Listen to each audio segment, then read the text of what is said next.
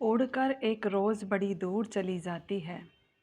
उड़कर एक रोज़ बड़ी दूर चली जाती है।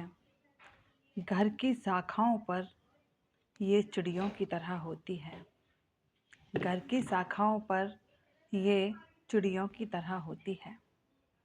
नमस्ते, राम राम, सत श्री अकाल, आदाब। आज मैं अर्चना ठाकुर आपको सुनाने जा रही हूँ एक ऐसी ही खूबसूरत लड़की की कहानी जो अफ़गानिस्तान से पढ़ने के लिए आती है और उसका एडमिशन दिल्ली में कराया जाता है। वो अफ़गान क्योंकि दिल्ली में देश विदेशों से भी बच्चे पढ़ने के लिए आते हैं और वहाँ पर पढ़ते हैं।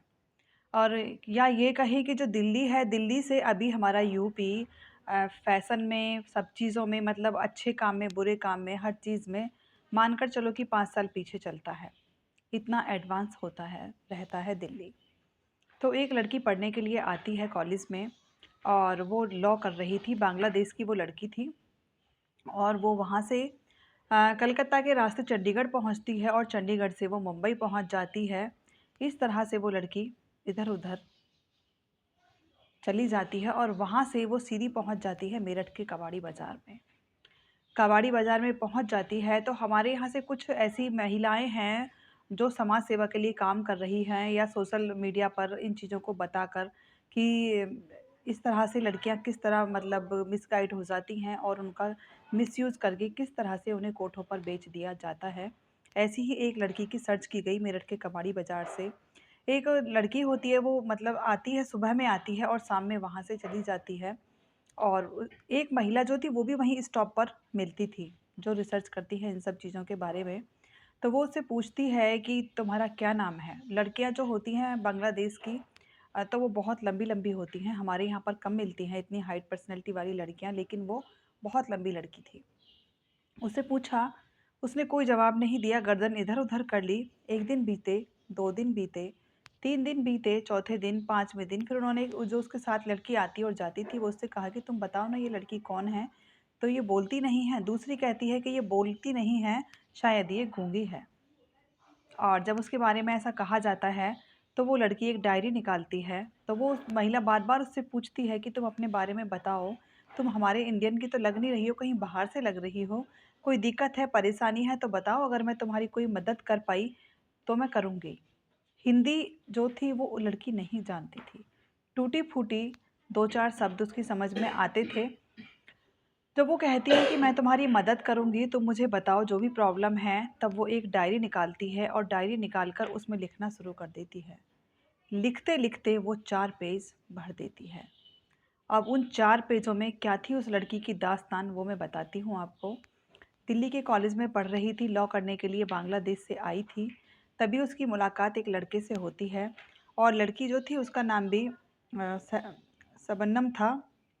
और तब वो वहाँ पर वो उसकी मुलाकात जब लड़के से हो जाती है तो दोनों आपस में बातें करने लग जाते हैं और बातें करते हैं तो वो बातें करते-करते दोनों की काफ़ी दोस्ती हो जाती है।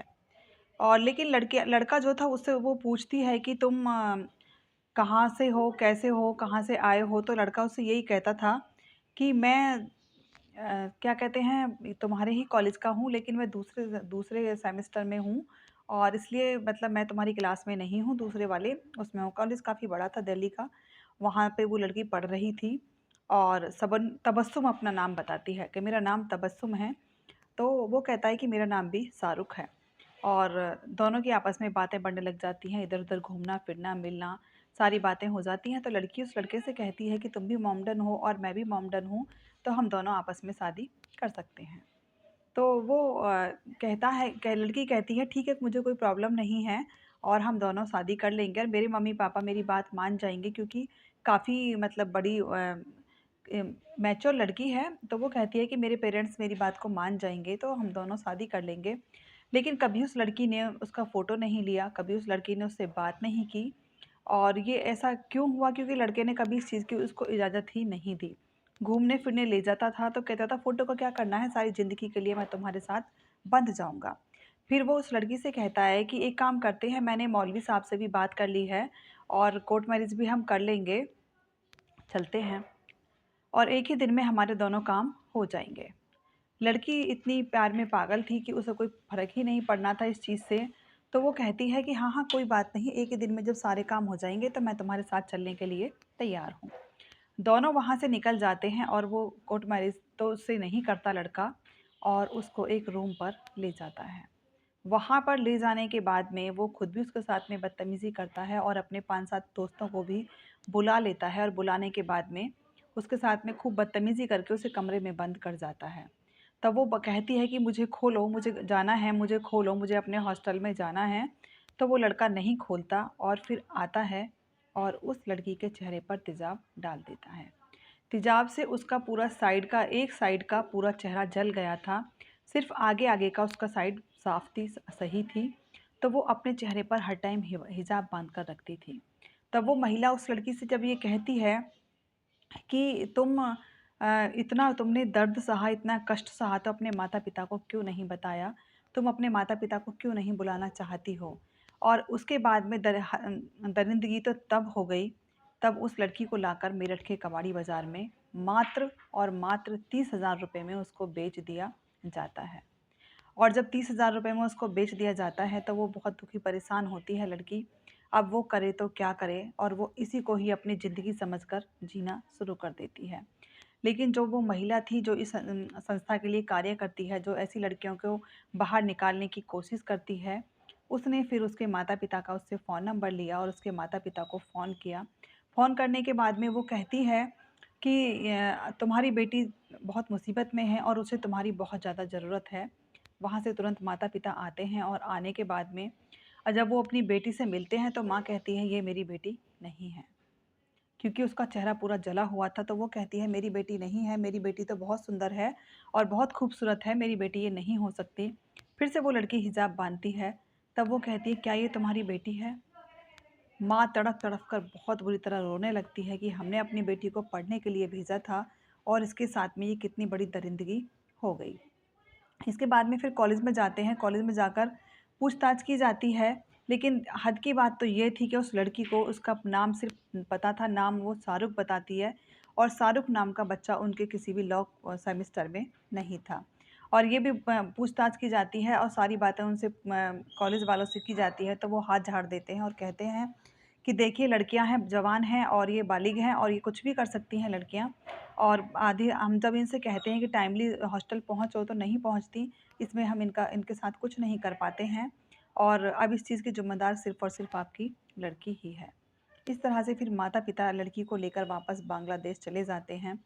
कितनी भयावह रही होगी उस लड़की के साथ में वो दिन, वो ज़िंदगी, जब वो लड़का उसे अपने साथ लेकर गया था और उसके बाद में जब तेज़ाब डाला था, तेज़ाब तो डाला, लेकिन उसके बाद में फिर उसको 30,000 रुपए में कोठे पर भी बेच दिया जाता है। तो हमारी जो ये बेटियाँ होती हैं, बेटियाँ क्योंकि ये प्यार को एक खाली अट्रैक्शन को प्यार समझ बैठती हैं, और इसमें क्या होता है कि वो अपनी पूरी ज़िंदगी का सफ़र जो होता है, जो एक कुछ ना कुछ, कोई डॉक्टर, इंजीनियर, कोई मतलब आर्टिस्ट और कोई पायलट, कुछ भी लड़कियाँ ये बनने के लिए निकलती हैं, और अगर एक बार राह भटक जाती हैं, तो वो हमेशा के लिए ही भटक जाती हैं। इस तरह तबस्सुम की पूरी ज़िंदगी ख़राब हो जाती है।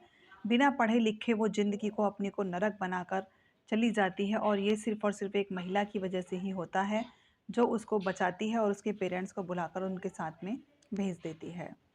तो बेटियों के लिए मैं यही कहना चाहूँगी कि अगर आप अपनी पसंद से शादियाँ कर भी रही हैं, तो एटलीस्ट अपने पेरेंट्स को बताकर करिए, कम से कम वो जाँच-पड़ताल तो कर लेंगे। लेकिन प्यार तो अंधा होता है, इसमें तो लड़कियाँ फिर देखना ही नहीं चाहती कि वो क्या कर रही हैं, और इसका हर्जाना पूरी ज़िंदगी भरना पड़ता है। कहानी को सुनाकर मैं किसी को परेशान करना नहीं चाहती हूँ, सिर्फ़ इतना कहना चाहती हूँ, सावधान रहिए, सतर्क रहिए और जागरूक रहिए। Thank you and have a nice day.